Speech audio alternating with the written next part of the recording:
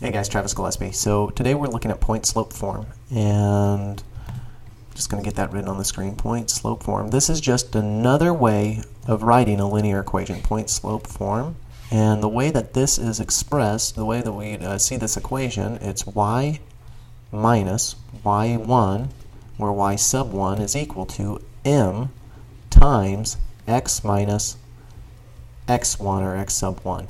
Now y1 and x1, this is a specific point, so I'm going to make that note. I'm just going to underline these two coordinates right here and rewrite it off to the side as x1, y1. This is a specific point right here. So you're actually going to know this location where you'll be given this point. The other cool thing is that m, let me just change colors here, m is slope. It's our slope value, so I'm just going to make that note.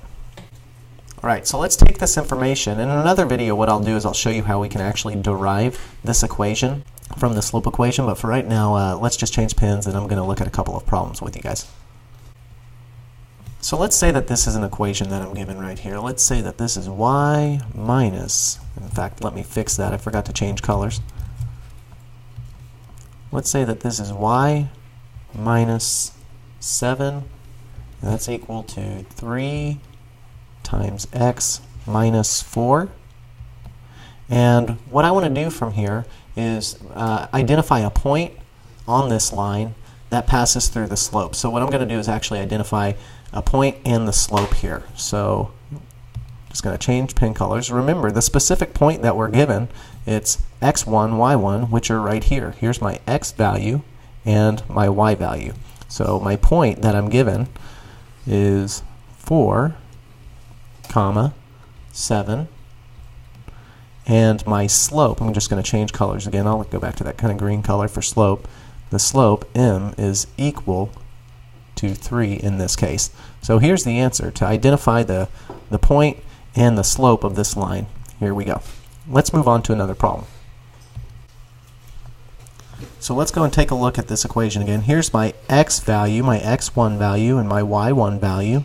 But let's go back and look at the point slope form, the equation for it. Up here we see that when we get to x, it's x minus x1, but below we see x plus x1, and in this case it's 6. So this is x plus 6, but I want to make this x minus x1. So I'm going to rewrite this equation just so we can visualize it as y minus 1 is equal to 1/3 x, and think of it as minus a negative, minus, and I'm just going to create another set of parentheses right around here, minus -6.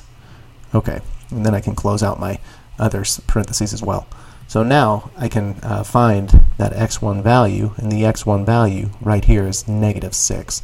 So my point is -6 for x1 and +1 for my y1 value, and the slope m is equal to 1/3. Cool, I'll see y'all in another video.